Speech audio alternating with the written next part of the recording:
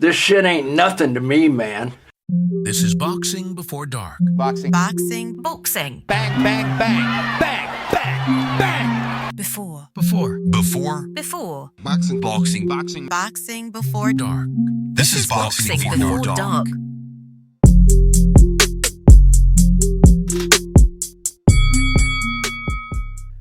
So, let's fucking boogie.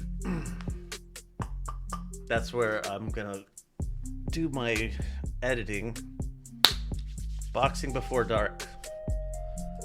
It's been a dark period without us, hasn't it?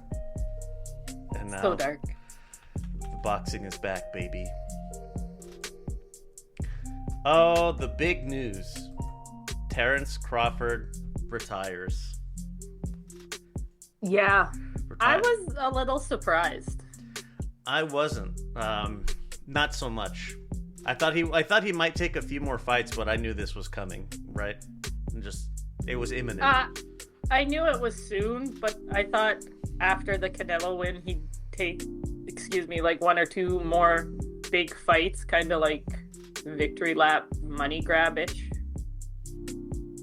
Like Floyd did with Andre Berto. Yeah. I'm still not convinced that Crawford doesn't come back for something.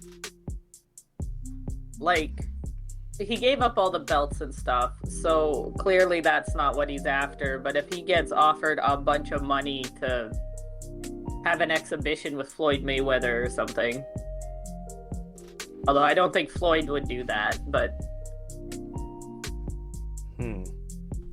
I think if they could line up a shot at Undisputed for 160, he would take that. Yeah, in one or two fights. Yeah. Yeah, I think Janabek popping really ruined Crawford's plans. Yeah, to sweep up 160 as well. Yeah, because that was a unification fight, right, Janabek? Janabek and Lara, yeah. Yeah. And that would have gave him 2 belts, and then he's just got... They would have given him 3. 3? Okay, yeah, so that was definitely what Crawford was planning. Yep. Would have given him an easy... I don't know, I think Janabek would have been not as... I think that would have been a harder fight than Canelo gave him. I think so too, yeah. Just a little bit more awkward. Well, better footwork, better movement. Yeah. Canelo's really kind of slow with his feet. Especially now. Yeah, he's definitely not gotten better as he's aged. Yeah, I don't know. A bunch of people are like, no, Crawford's completely retired. He wouldn't say it and not do it. But I don't know. Crawford's still shelling for Saudi so bad. I feel like he's trying to line up something. He is. He's really pushing for like the ring being the only legitimate title. Like, come on, man. Yeah. Like, if you're actually retired, you probably don't care that much. Right. Go run your gym in Omaha. Go shoot guns and go fishing. Like... Yeah, enjoy your retirement. Yeah, if he's actually retired, like, I'm happy for him. I mean, so going out on top is always a good thing. Like, I do think it's a good time for him to retire. I'm just not convinced it's serious. Other than the 160 Undisputed, like if he was able to finagle that, I don't see a lot of reasons for him to come out of retirement. I guess if the money was big enough for a Canelo rematch, maybe. But yeah, I don't know. I think if he was really, really retired, he would quit kind of pushing the company line so hard. Maybe I'm wrong. Maybe I'm reaching, but I don't know. It feels like he's still working for Saudi. It doesn't feel like he's retired. Maybe he's trying to line up like commentary work or something, but Crawford would be an awful commentator. No, I think my opinion, he would be more of like operations for the ring, you know. Oh. I don't Okay. know, work like making their fights or something, like being it's kind of like promoting a little bit. But he was so shit at promoting himself. Like, I don't think Crawford's good at those things. He hasn't appeared to be good at those things for his whole career. Yeah, something that requires a bit of a personality, Yeah, like a don't know. boisterous personality. I don't. There's some fighters that you can easily see going into the business side of things. I don't see Crawford transitioning well into business. Not as a front man, maybe as like a trainer, because technically he's really good and like he's super smart. And he doesn't have one of those styles that I think means he can't teach anyone. Like, he's not a Roy Jones Jr. Right, right. I see what you mean. He doesn't run on raw talent. Crawford actually, like, works at it. Not that other people don't work at it, but you know what I mean. Like, I it's not understand. 100% raw talent. I can see Crawford being good in the gym, like as a trainer and stuff, but a promoter or a personality of any kind, I don't see that going well. Even any of the business stuff, Crawford doesn't strike me as good at that. Yeah, I don't think he has the right personality to be in front of the camera doing stuff. Yeah. I could see him becoming a good trainer. So, but do you have to suck Saudi ass to be a good trainer? Like, That's the move that's kind of weird. That's what makes me think he's angling for like a business position. yeah. I guess if they like you, they'll take your fighters. Yeah, it'll get his like the kids out of Omaha and Yeah. get them paid. So that's nice. Yeah, that's good.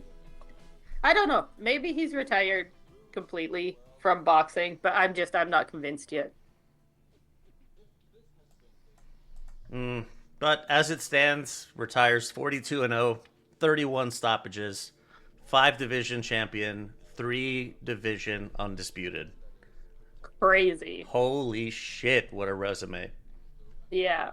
Is that No, better than like- Floyd Mayweather? I don't think he fought as good a competition as Floyd. Not nearly. So, resume-wise, no. But straight up accolades? I mean, 3-weight undisputed. Floyd didn't do that. I don't think Floyd did one.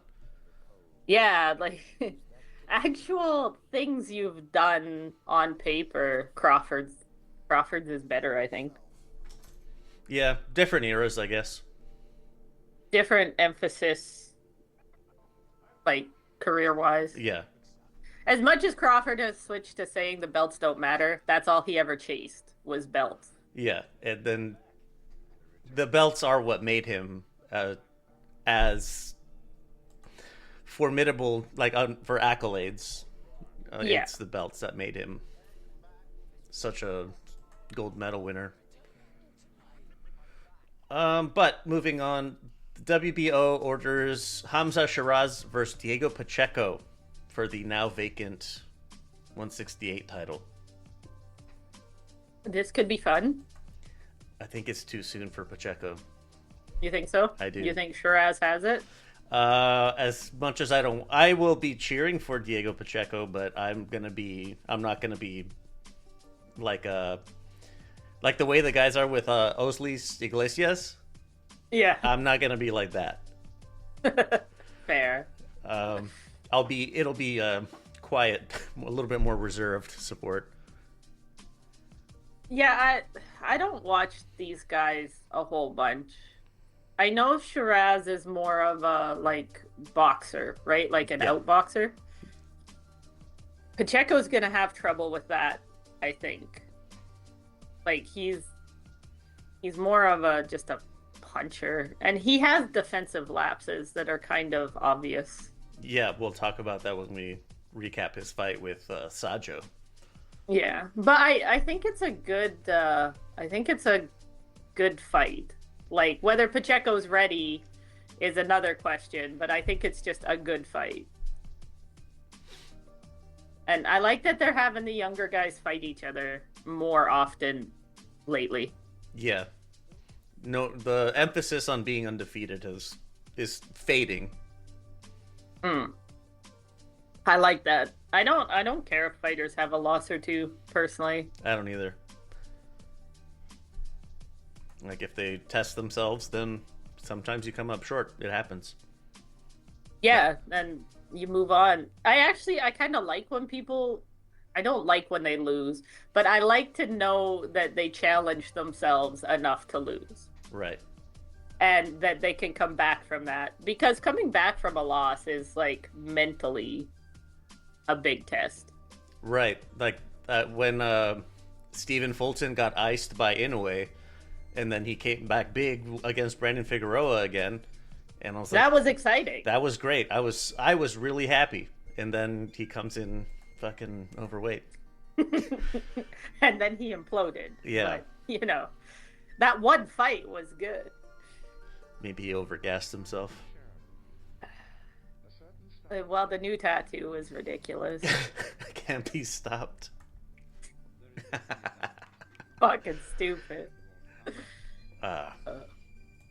Another WBO mandatory, Joe Cordina versus Abdullah Mason.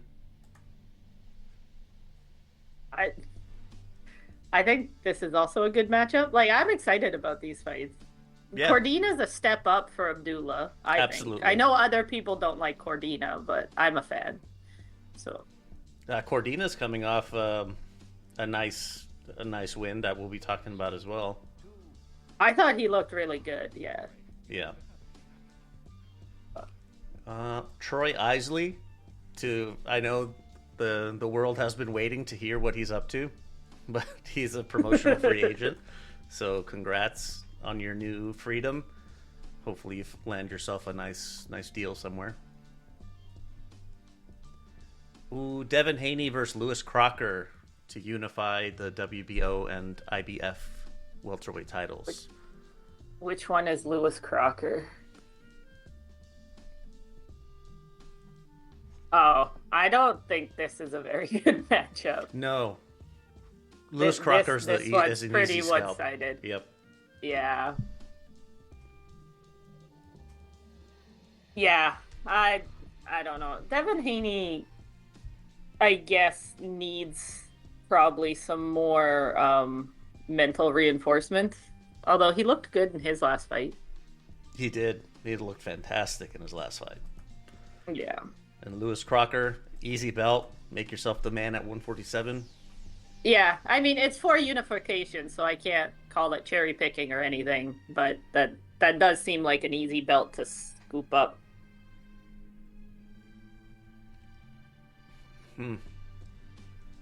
The Mario Barrios Ryan Garcia undercard has been announced. Armando Resendiz versus Edgar Berlanga for the WBA 168 title. GAR versus Andy Hiraoka. He has one of the 140 titles. GAR does. Yeah. Don't remember which exactly.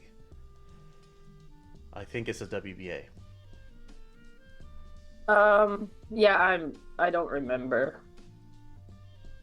I'm trying to figure out which one is Resendiz.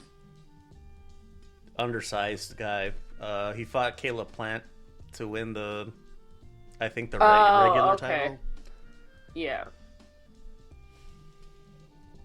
That seems like a matchup in Berlanga's favor, I assume.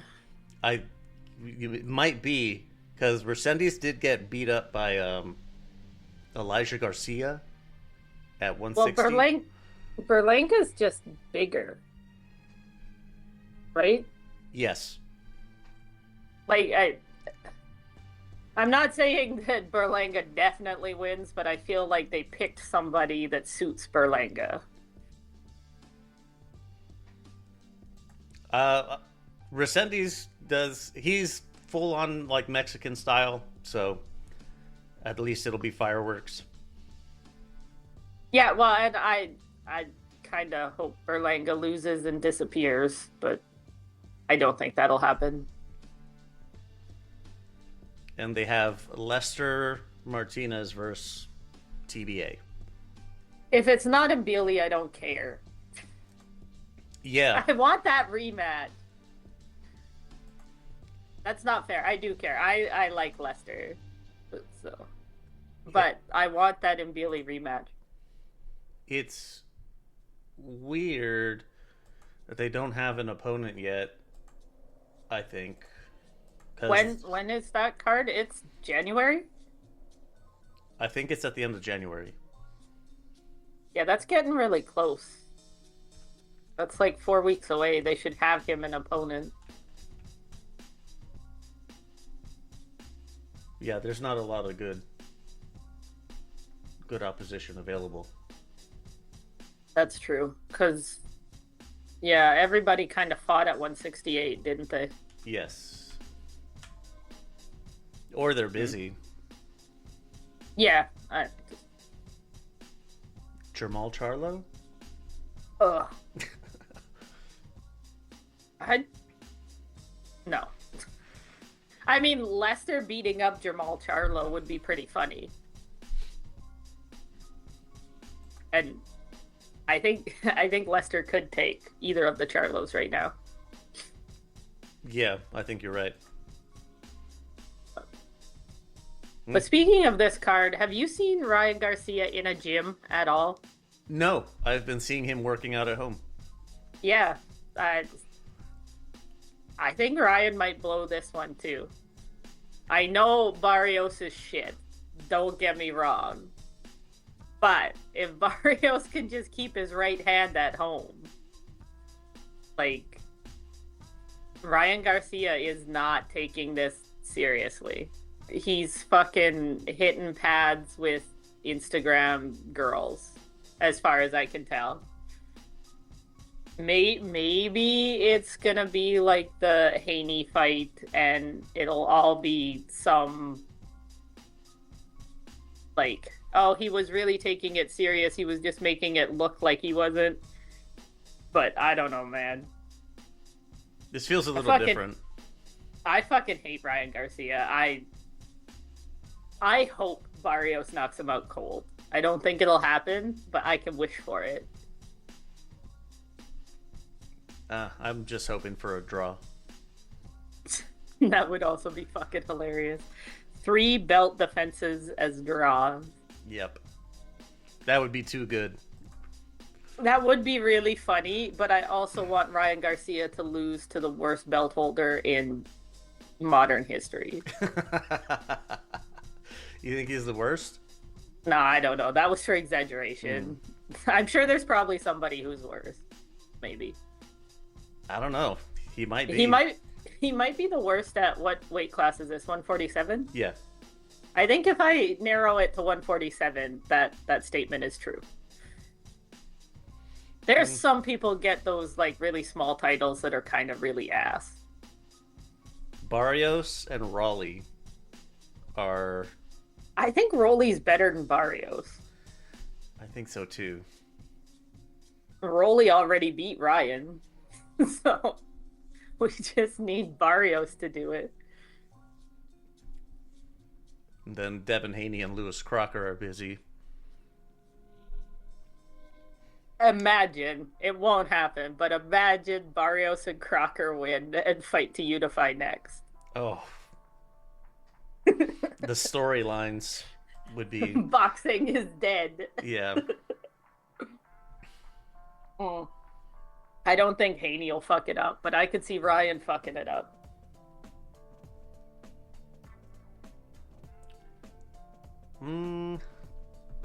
That's all I had for the news.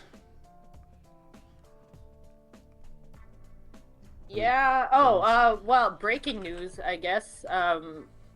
This will come out afterwards, but Taraji's off. Oh, boo.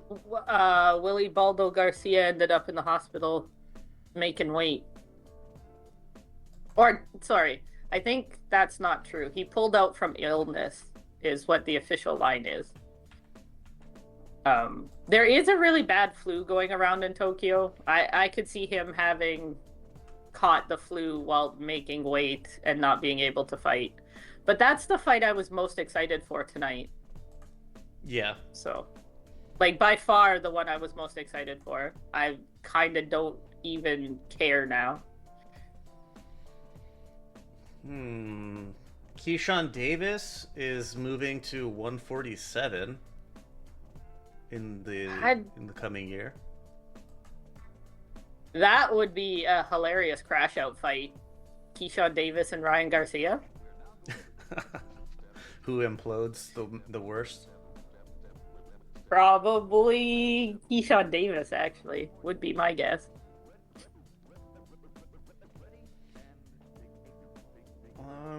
I'm trying to read this skim this article and see who Jake Paul's next opponent is supposed to be. He called out Canelo from the hospital. And he called out Francis Ngannou as well.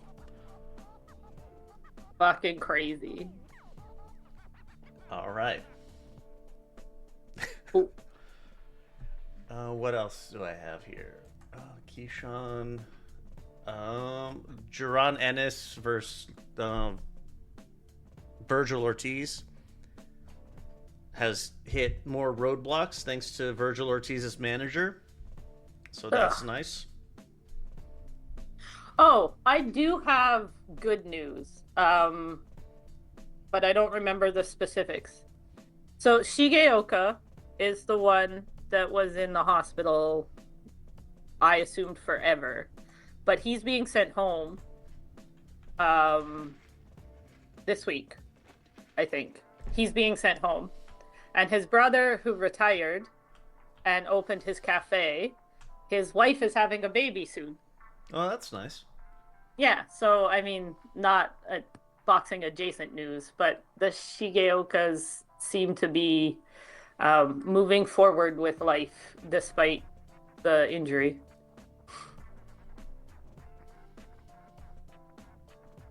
If it wasn't so damn far away, I would go to that cafe, but that would be the most expensive cup of coffee ever. Yeah, not quite worth it. It's like when I went out of my way to go to Danny Garcia's barbershop. Like, I had the intention of getting a haircut, but the line was pretty ridiculous. Right. And it was the prices were also really stupid. I mean, I'm not surprised. Yeah. All right. Let me put some notes in here really quick. LVX Media Net. That's the social media handle. Follow us. Like our shit. Wherever you're listening, leave a rating. Really helps us out. Helps us get up the search algorithm. And if you like Josh's rants over on B-Sides, you can get them in written form over on lvxmedia.net. All right. Let me do this. Do you have that nagging feeling of being exposed when you're online? In today's world, a simple antivirus isn't enough. Your digital life, your photos, your bank accounts, your family's privacy, it all needs more than just a basic firewall. You need Malwarebytes. Malwarebytes is your complete shield against the chaos of the internet. The powerful next-generation antivirus instantly quarantines threats, locks down malware before it can do any damage. But it doesn't stop there. It includes an ultra-fast, ultra-private VPN to encrypt your connections, keeping your location and data private while you're on public Wi-Fi. Plus, the integrated ad blocker makes your browsing cleaner and faster. Whether you're protecting your personal machine or securing the whole household, Malwarebytes is a plan for you. Go to lvx.be/mwb,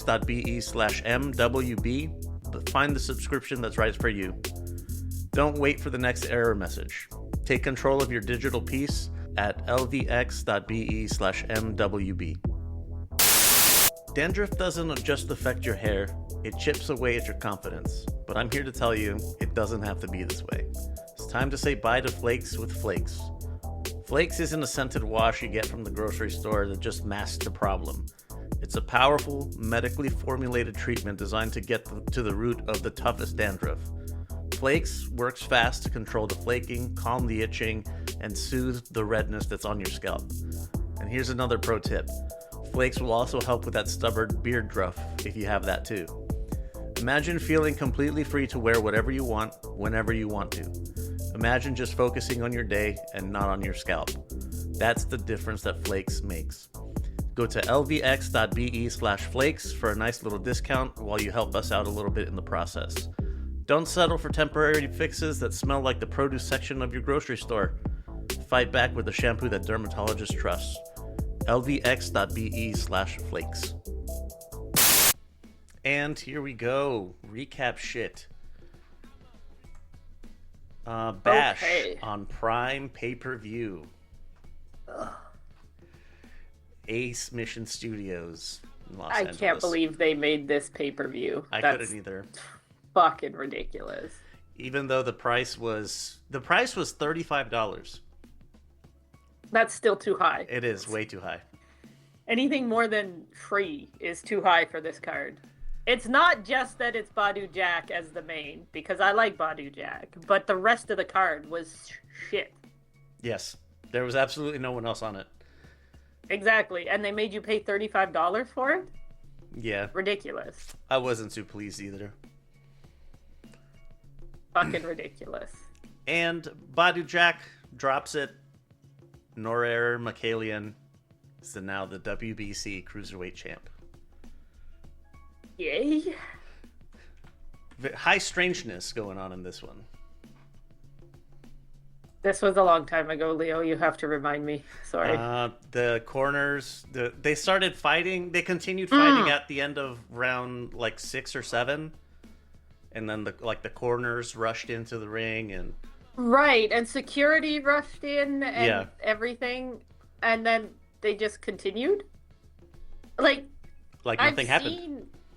I've seen people rush the ring and shit before, but I haven't seen the fight just go on like that. Like, they just went to their corners and came out nothing happened.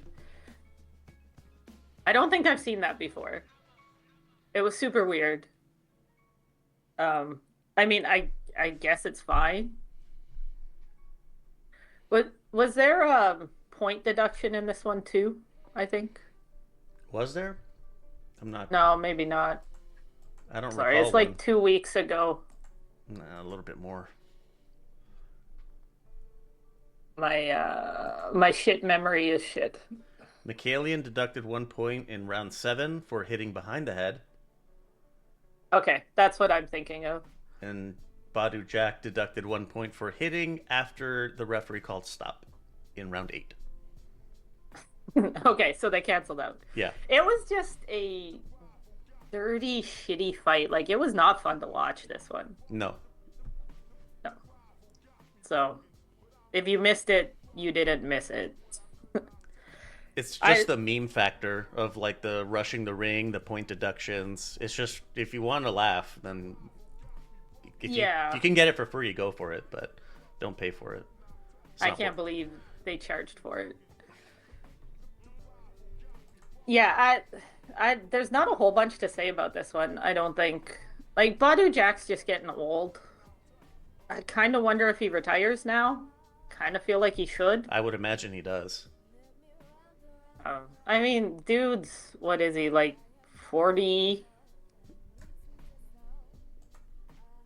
42. 42?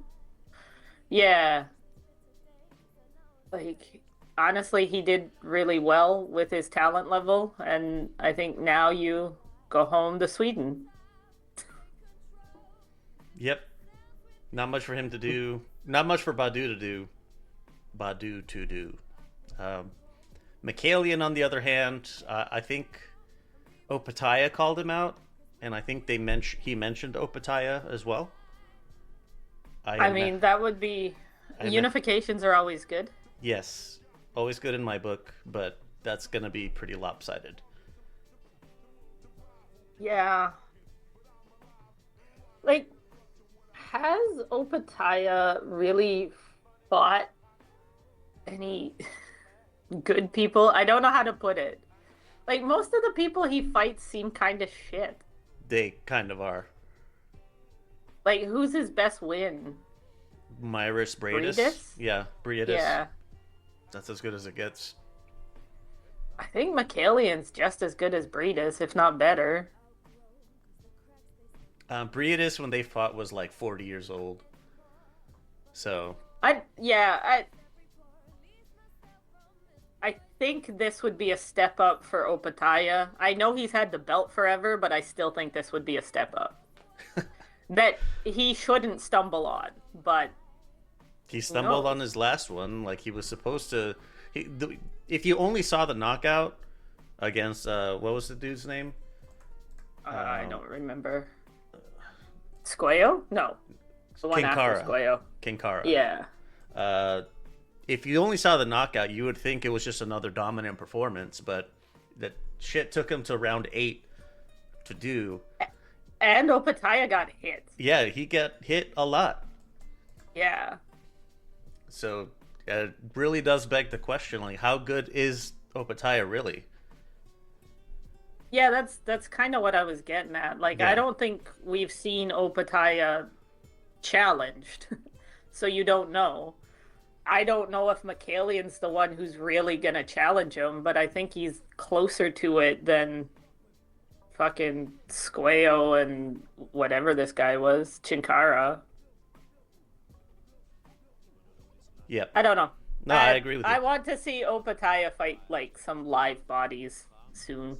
McCallian's as close to a live body as we got, other than Zerto. Yeah. Well, and who just called out Zerto? David Benavidez? Yeah. Honestly, I'd rather see Benavidez Zerto than Opataya Zerto. I don't really care that much about cruiserweight belts. I don't think anybody does. Yeah. So, but yeah, if McCallian and Opataya fought next, I think that's good. That's what they should do. I'll cheer for McCallian just for the memes. Oh man. Moving on. Also on the 13th, Matchroom at the Stockton Arena in Stockton, California. Oh shit. Shavon Clark got a nice stoppage over Anthony Holloway. Anthony Holloway was like out of his element by round 2. Yeah. Some UDs. Ernesto Mercado, KO6 over Antonio Moran. Mercado looked pretty damn good. Another player at 140, at least close. I would say he's at like the Hiraoka level-ish. Or maybe not, because Hiraoka's about a challenge for a title, so not quite there. But he's close. Yes. He's getting close. He's getting there. He's somebody to watch. He's not old, is he? No, Mercado is like 20. He's young. Super young. 24. But he's someone to keep an eye on in 2026. I think so. He looked good. Princess Sky Nicholson had a fucking war. Had a nice fight with Julian Luna Avila. Interim title. I may have fallen asleep in this one. But as we were talking about earlier, Joe Cordina gets the UD over Gabe Flores. I'm surprised he didn't stop him. He was in control, like from the midpoint onward. Yeah, Flores took a lot of punches. Like, I think Cordina's not the hardest hitter. He's got that one highlight knockout, but he's not like a power guy. Right, that's the exception, not the rule. Yeah, I think Flores was just tough. I thought Cordina looked really good. I was excited about his win. I like Joe Cordina, so. Yep. So that win set him up for a title shot against Abdullah Mason. So congrats. Gabe Flores continues to be relegated to lower and lower levels. I don't think Flores looked completely terrible. He's not title level. He's a good step up guy. I think he'll do numbers in Stockton if they keep him there. Well, I'd like to watch him again. I'm not saying he needs to stop. I don't think he's A minus. You think so? I think so. Diego Pacheco gets dropped en route to a UD over Kevin Lele's Sajo. I think Sajo surprised a lot of people. It definitely surprised me. Yeah. I was not expecting him to make it rough and tumble on the inside. Did not expect him to score a knockdown. And I did not expect the cards to be as wide as they were. Let me see what they were. I thought the 115, 112 was Yes. good. Yeah. But the 117, 110 is Fantasyland. I don't know how they saw that one. Right. But yeah, Pacheco has holes. Like, he got hit a lot. And he's not improving them. Yeah. He's I with don't a know. new We might- trainer, so I guess that's something Yeah. to think about, but Like, I don't know. I know they really, really want Pacheco to be really good, and I don't know if he's going to be really good, but I guess we'll see.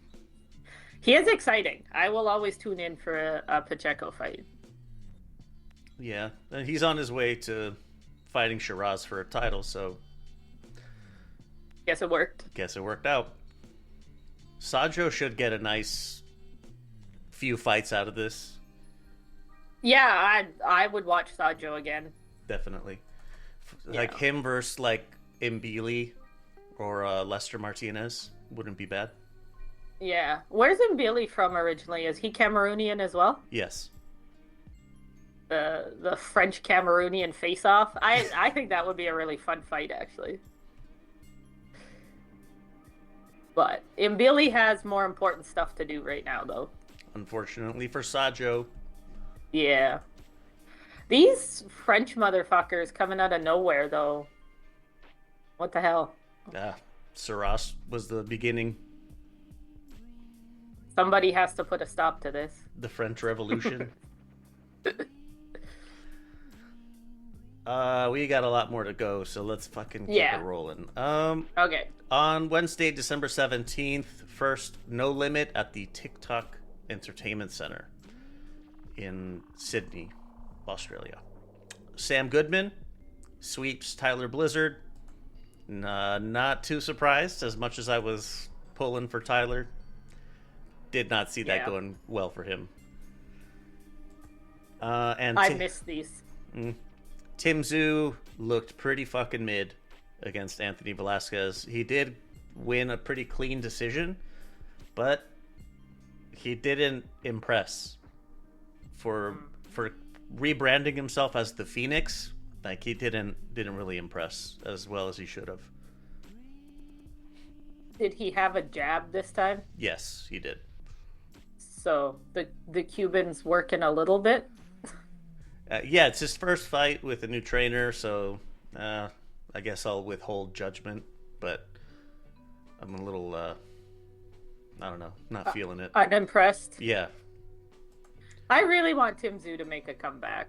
So I do too. Hopefully this is just growing pains. Taken at the Kokugikan in Tokyo. Yeah. I was at this one, of course. All right, so what's the Super scouting fun. report on Seigo Yuri Akui? Got a Well, big knockout. Akui's, yeah, he's kind of getting old, but he's always fun to watch. I was really excited that he got the knockout. I jumped out of my seat. It was great. Like, anytime you see him on a card, tune in time to see him. He's always fun. He either wins or he gets knocked the fuck out. Those are his two options. Yeah, I'm trying to think of. There's never mind. There's somebody else that was given that. I think it was on the MMA side though. Yeah, like he's 22-3, but all three knockouts all three losses are knockouts. So You're gonna have to kill him to beat him. it's pretty true though. Yeah. Like, oh, it was fun. It wasn't a very long fight. Renee Santiago, split decision over Kyosuke Takami. This was a really good fight. I gave it to Takami, but I'm pretty biased. So I would recommend this one. It was really back and forth. Like, they were both. But I also just fucking hate Santiago because he keeps coming and beating my fighters. Because he beat Iwata earlier in the year.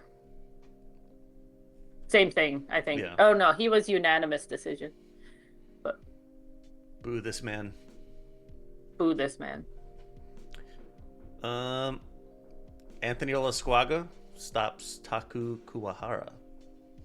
Olasquaga leaned into the princess and Christmas themes in the most hilarious way possible.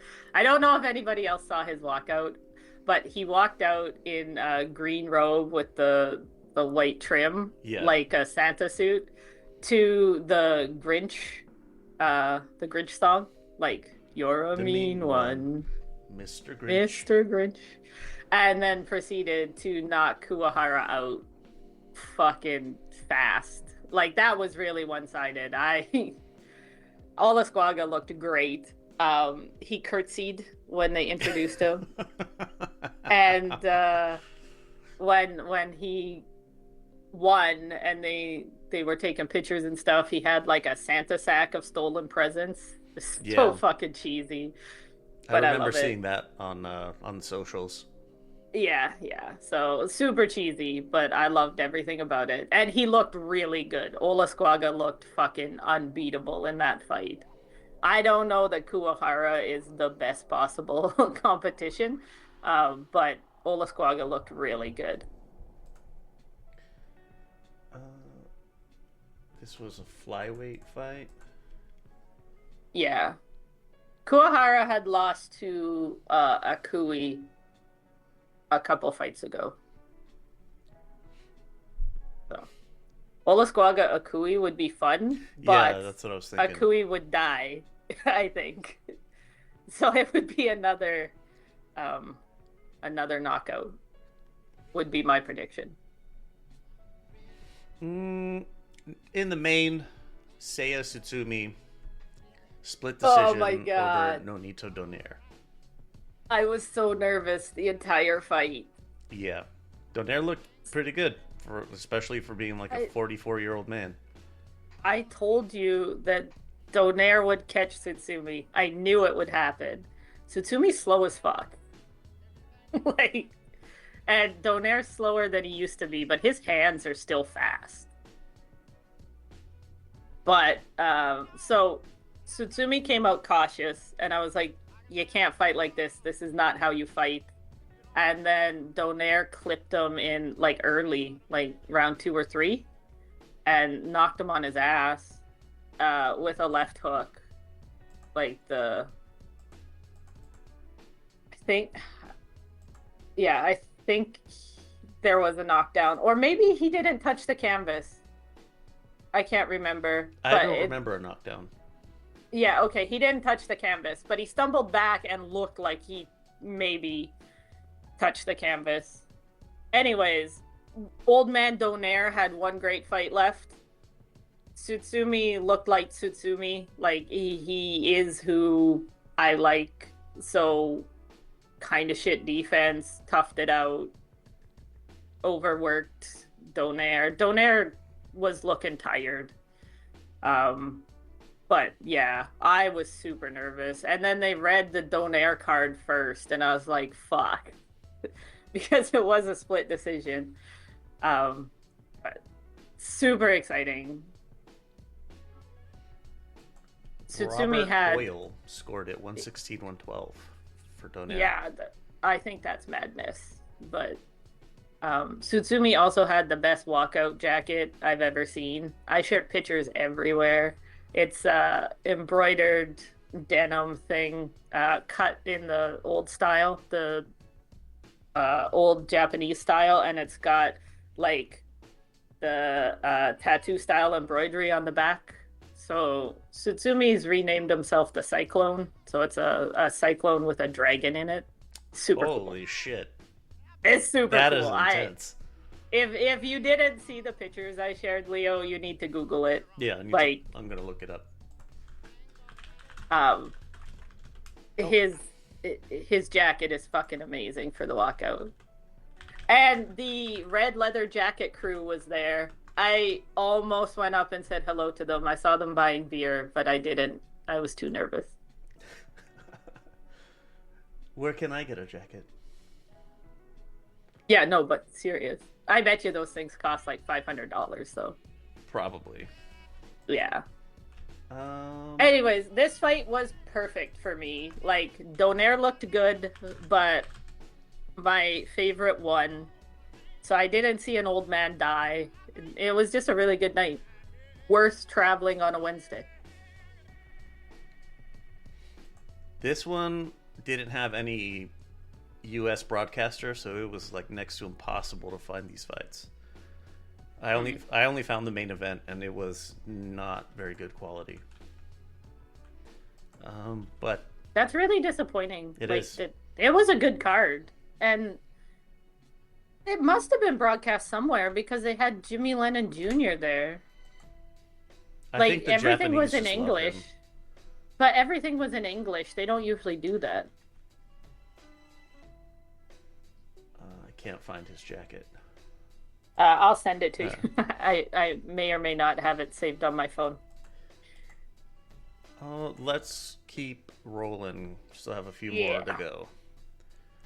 Motherfucking ProBox on Thursday, December 18th in Fort Fucking Lauderdale, delivers again. as usual. ProBox blocked Japan. What? I have to VPN now. To watch ProBox on YouTube? Yeah, I can't watch it at work anymore. I need to be home with my VPN. I am so fucking pissed off about it. I wrote 2 Karen comments. Like, what the fuck, guys? It's blocked in the Philippines now, too, because there's a bunch of Pinoy guys were pissed off. That's weird. I don't know why they would do that. I don't either. It hasn't been picked up by a local broadcast as far as I can tell. Like, it hasn't moved to a Bima or something. Yeah. Let's see here. We had Kenyon Valle get the stoppage in 1. Christina, is this Chessa? Chessa. Also stoppage in 1. UD. Joshawn James, majority decision. If I recall correctly, they got a double knockdown in this one. Oh, yeah. This was super fun. I've never seen that live before. Yeah, I've never seen that happen, but it was pretty good. The ref handled it kind of weird. Like, he counted for Martinez. He counted him to 8, and then he was like, "Are you good?" And then he started counting again for Joshawn. Oh, so like Joshawn yeah. got like an extended count. That is weird. Like, you're supposed to count You're them supposed both. to simul count, yeah. Count them both. I suspect that's not something that refs practice a whole bunch. Yeah, probably not. Marlon Harrington, big KO over Brian. Yeah, that was Palaco. rough. This one I didn't see. Mikewan Williams versus George Rodriguez. It ended up getting stopped in the 4th for, I think, a cut. So it went to the cards, and it was a UD for Mikewan. Hebert Sosa versus Elias Espadas was a UD for Hebert. And Ramon Cardenas, KO 5 over Eric Robles. Big KO. Big time. Like, possible KO of the year contender? Yeah, maybe? I would put it in the contender category for sure. Yeah, I don't know if it wins, but I think it's on the list. Absolutely. Late. I told you guys that Cardenas was good. Yeah. I mean, he went 8 with Inoue. It's not nothing. Yeah, and he has power. I am so fucking sick of the chinny bum memes. I know they do it just to piss me off, but It works. it works. It works so well. I fucking hate it. Makes me so angry. I thought Cardenas looked really good. I know this guy isn't the best competition in the world, but Yeah, he was in control the entire time. Like, there was Yeah. nothing to worry about. Hopefully he gets himself back into a big fight. I think he deserves it. I think Cardenas has shown he's pretty good.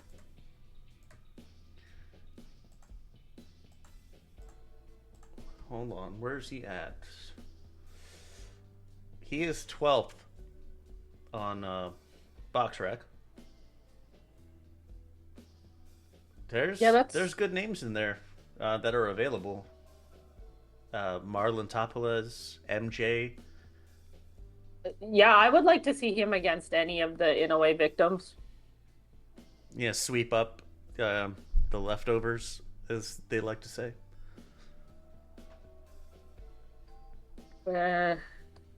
Where's he ranked in the actual belt, guys? Cardenas is number 2 for the WBA, just behind Junto. Junto got put first by everybody. Of course. He's number 5 by the WBC. And he's not listed on the other 2. I think.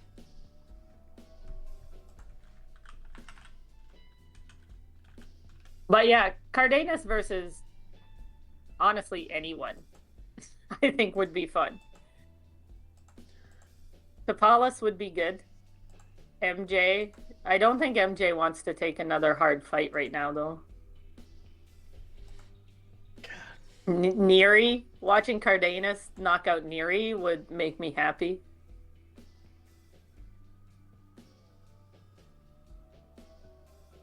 He's not. Yeah, I don't see him listed in WBO. So, all right. Friday, December 19th. This is what you've been waiting for. Yeah, this is why everybody tuned in today.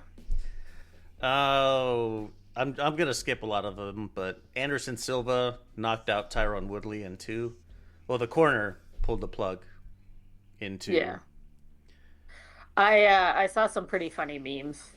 Silva said he wants to be a cop. Yeah. There's a bunch of we might get Silva versus John Jones yet. That made me laugh. Avius Griffin with a big knockout. That was a nice way to start the card. Caroline Dubois defends her title, WBC lightweight. Whatever. It was pretty nothing opponent. Yeah, I'm surprised Dubois didn't get the knockout. Yocasta Valle with a close shave. Majority decision over Yadira Bustillos. Undisputed bantamweight champ Sharnika Johnson gets the dub. Alicia Baumgartner, 3-belt champ. She does not have WBC because she did 12 rounds by 3 minutes. Which is dumb, but yeah, this fight sucked. Yeah, it wasn't very impressive. This is a bad co-main for anything, but like,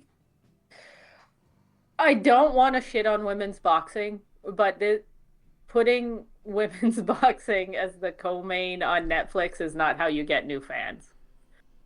Especially not one-sided bullshit like this. It's got to be like Serrano Taylor. Yeah.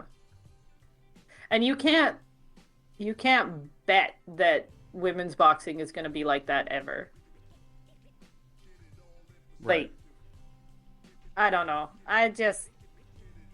Also, Baumgartner versus some no-name Canadian. It's not a good co-main.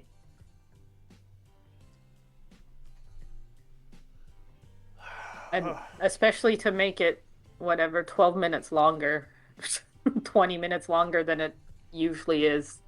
Not a good decision. You know what else was it a bad decision for Jake Paul get his ass knocked out in 6 over Anthony Joshua. I am disappointed in Joshua. I said it before. If it takes more than 3, I'm disappointed. Yeah. Jake Paul was fighting really terribly, though.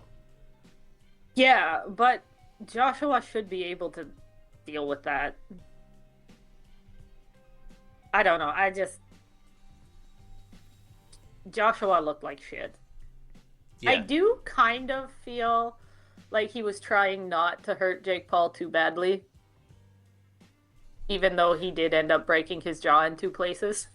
Yeah, it's interesting way of trying to not hurt him. But, like, even if you watch that punch, it does not look like 100% punch. Maybe I'm overestimating Joshua, but, like, also the memes out of that are fucking awesome. The smile on Joshua's face right before he knocked his ass out. Yeah. Yeah. I will give Jake Paul the slightest amount of credit that he, like, got up with the broken jaw. He didn't just lay on the canvas and cry like I would. But I don't know. I don't want to see any more of this stuff. I do think this does maybe put a bit of a damper on it in the future because Jake Paul really did get hurt bad. Can't be fighting like real fighters anymore. Yeah, like maybe Jake Paul decides he can just take the punishment, but it might discourage future mismatches like this. Even just from the like business side. Because broken jaws will heal, but if he'd have hit him somewhere else, you know, like brain damage or whatever. So you think the Jake Paul train is coming to a stop? I think people will be less interested now that they've seen him get hurt. I think that's why a lot of people watched. And now that it's happened the second time, the shine won't be so good. Yeah.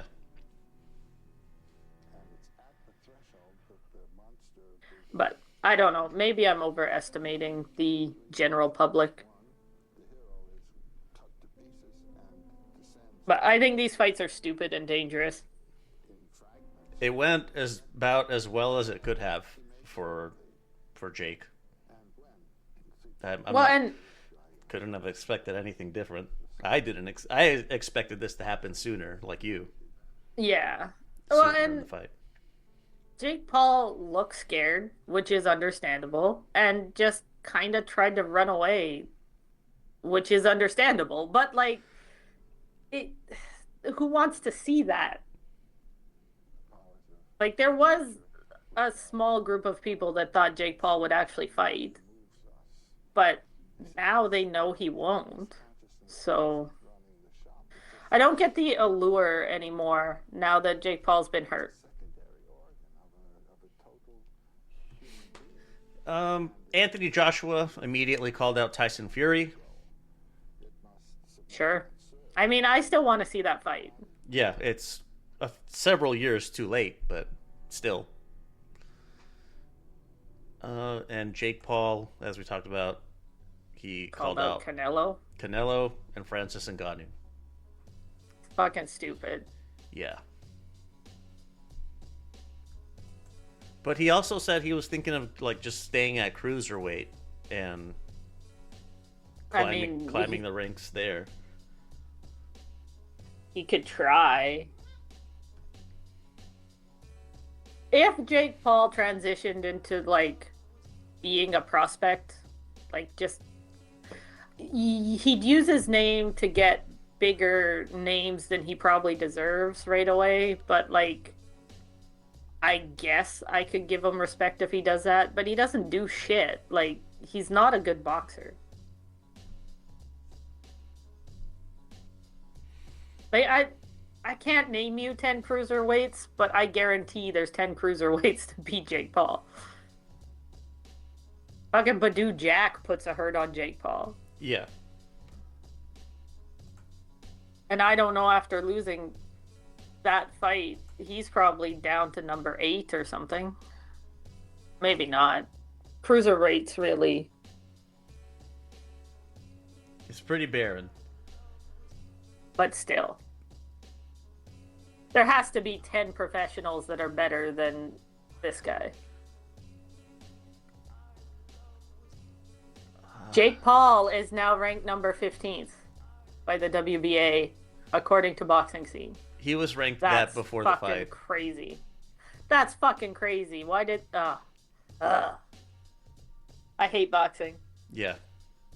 They did that before the fight. It was pretty stupid. Did they? I hate boxing. Chris Billum-Smith beats the piss out of Jake Paul. They could make that one. CBS deserves a light touch. And a big payout. Yeah. I don't know if he deserves the big payout, but he took an ass kicking like a champ. He deserves a light touch. Anyways, I think that's enough about that. Yeah. Moving on. Saturday, December 20th. Really quickly, the WBC Grand Prix is over. The middleweight winner, Dylan Biggs. Super lightweight, Carlos Utria. Featherweight, Brandon Mejia. And heavyweight, Kevin Ramirez. Congratulations. And last thing in the recaps, Solita Promotions. Tony Harrison knocks out Brian Chavez in 4. Looked pretty good doing so. Nice. I don't think I saw this one. He called out Errol Spence. Nice. Do you think Spence comes back in the ring? That's a good question. I don't know. Yeah, I don't think so. It's been a long time. It's been a really long time. If he was going to come back, I would expect that he would have already. Yeah. I don't know. I don't think we see Spence again.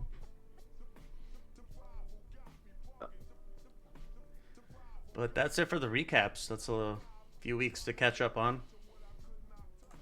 So, upcoming shit. Wednesday, December 31st. Shisei Promotions at the Ota City Gym. Are you going to this one? No. I actually made a friend and I'm going out for New Year's this year. Oh, fun. Yeah, I had thought about this if I was by myself, but I don't know who Bordas Goiti is. I'm sure I butchered that really bad. I don't know who he's fighting, and I thought going out with humans would be better. Yeah, it's definitely a better use of your time. Yeah. I have no idea who any of these people are, other than the main event, and that I only know half of it. Kazuto Ioka versus Michael Ordos Goiti. I love Ioka, and I'm gonna watch a replay of this. But yeah, I don't think I recognize anyone else either, which is crazy that I don't recognize them.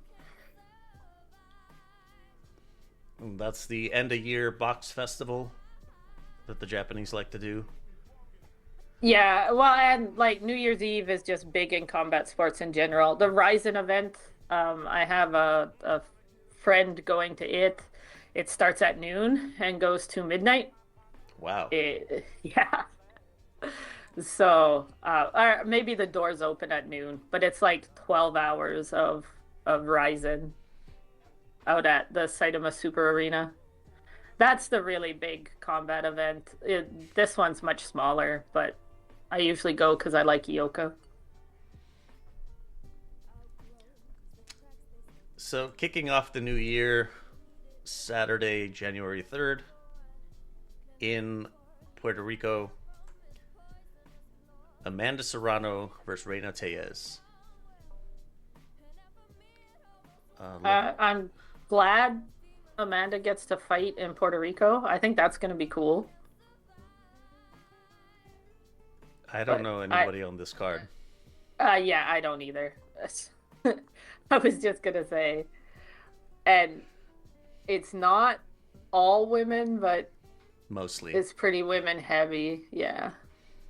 Holly Holm was on this versus Stephanie Hahn.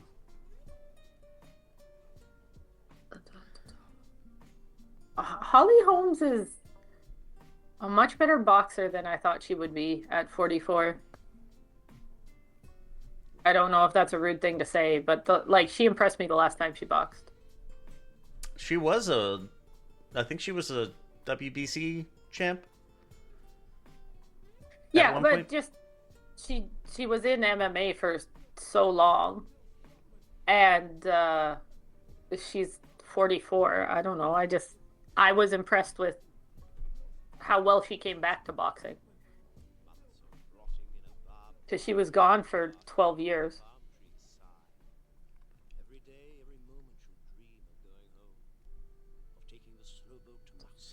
That's it.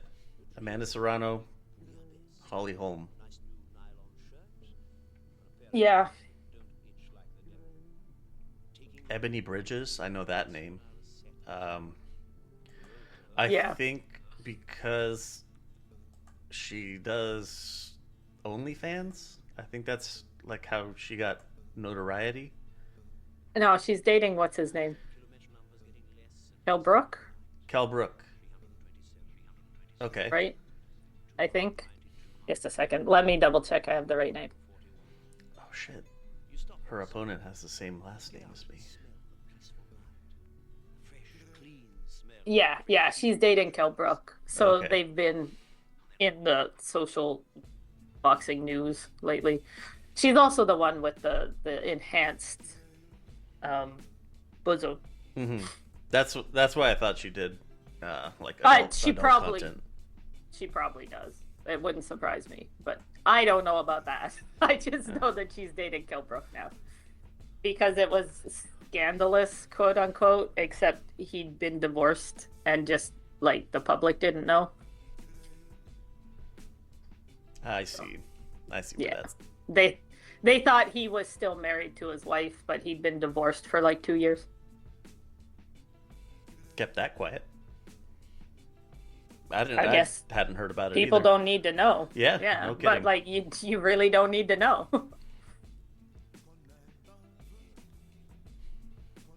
That's it though. That's all we got coming up. It's a light week to start, but January is fucking busy. Towards the end of the month, it's gonna get busy. Nice. I think the 31st has like 4 cards on it. Really? That's awesome. I never looked that far ahead, to be honest. So, let me do this. What if your best thinking day wasn't a lucky accident? What if you could access that clarity, that sharp focus, that feeling of being completely on whenever you need it? We live in a world of distraction, where mental fog can settle in before noon. You need a natural edge, a simple way to clear the noise and elevate your mind. Introducing psilocybin, the daily supplement powered by extraordinary magic mushrooms. For centuries, these mushrooms have been revered for the unique compounds that support brain health in very groovy ways. Psilocybin has harnessed that power, making it easy to integrate it into your daily routine. When you take psilocybin, you're not getting a jolt of caffeine or a rush of sugar. You're nurturing your mind's long-term health and inner tranquility. Experience better focus for complex tasks, sharper memory recall, or a consistent, calmer energy throughout the day. Whatever you need, psilocybin has a supplement for you. Ready to cut through the mental clutter? Are you ready to tap into your highest potential? Go to lvx.be/soul. That's lvx.be/soul. Get yourself a nice discount while helping us out while you're at it. Unlock your mind's clarity with psilocybin. Look around you.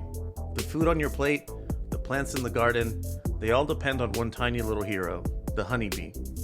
But bees are struggling, and the health of our planet is at stake, not to mention a third of what's on our dinner plate. Project Honeybee steps in with the belief that saving the bees can start with something beautiful.